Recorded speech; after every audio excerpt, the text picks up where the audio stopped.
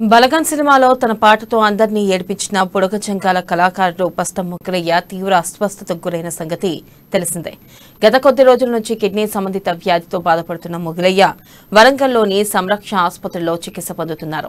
మంగళవారం రాత్రి ఆరోగ్య పరిస్థితి క్షీణించడంతో మంత్రి హరీష్ రావు చొరవతో వెంటనే ఆయన్ను హైదరాబాద్లోని నిమ్స్ దవాఖానకు తరలించారు. మొగలయ్య 30 సంవత్సరాలుగా షుగర్ వ్యాధితో ఇబ్బంది పడుతున్నారు.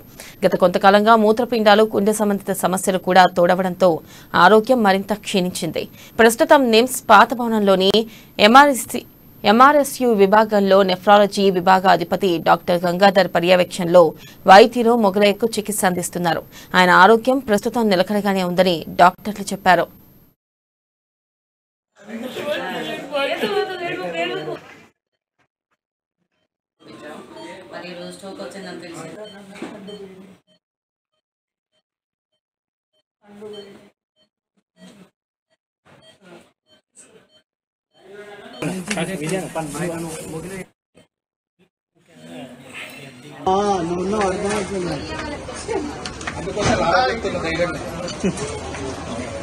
బయట